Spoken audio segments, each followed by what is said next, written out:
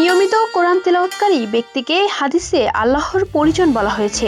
হযরত আনাস বিন মালিক রাদিয়াল্লাহু তাআলা আনহু থেকে বর্ণিত, রাসূল সাল্লাল্লাহু আলাইহি ওয়াসাল্লাম বলেছেন, কিছু মানুষ আল্লাহর পরিজন। সাহাবীরা জিজ্ঞেস করেন, হে আল্লাহর রাসূল, তারা কারা? তিনি বলেন, কোরআন তেলাওয়াতকারীরা আল্লাহর পরিজন এবং তার বিশেষ বান্দা।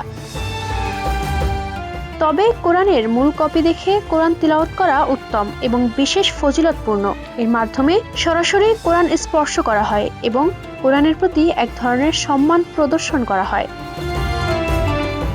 এছাড়াও কোরআনের মুদ্রিত কপি থেকে পড়লে আয়াতের অর্থের দিকে বেশি মনোযোগ দেওয়ার সুযোগ তৈরি হয়, আর সরাসরি কোরআন পড়ার সময় মানুষ অজু করে বসে, এতে কোরআনের প্রতি বিশেষ সম্মান জানানো হয়। তাই কোরআনের মূল কপি দেখে কোরআন তেলাওয়াত করা বেশি উত্তম।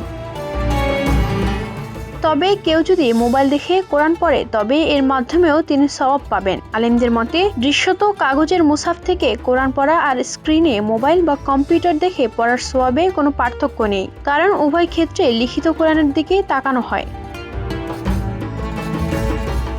দেখে দেখে তিলাওয়াতের বিশেষ ফজিলত ও সওয়াব রয়েছে।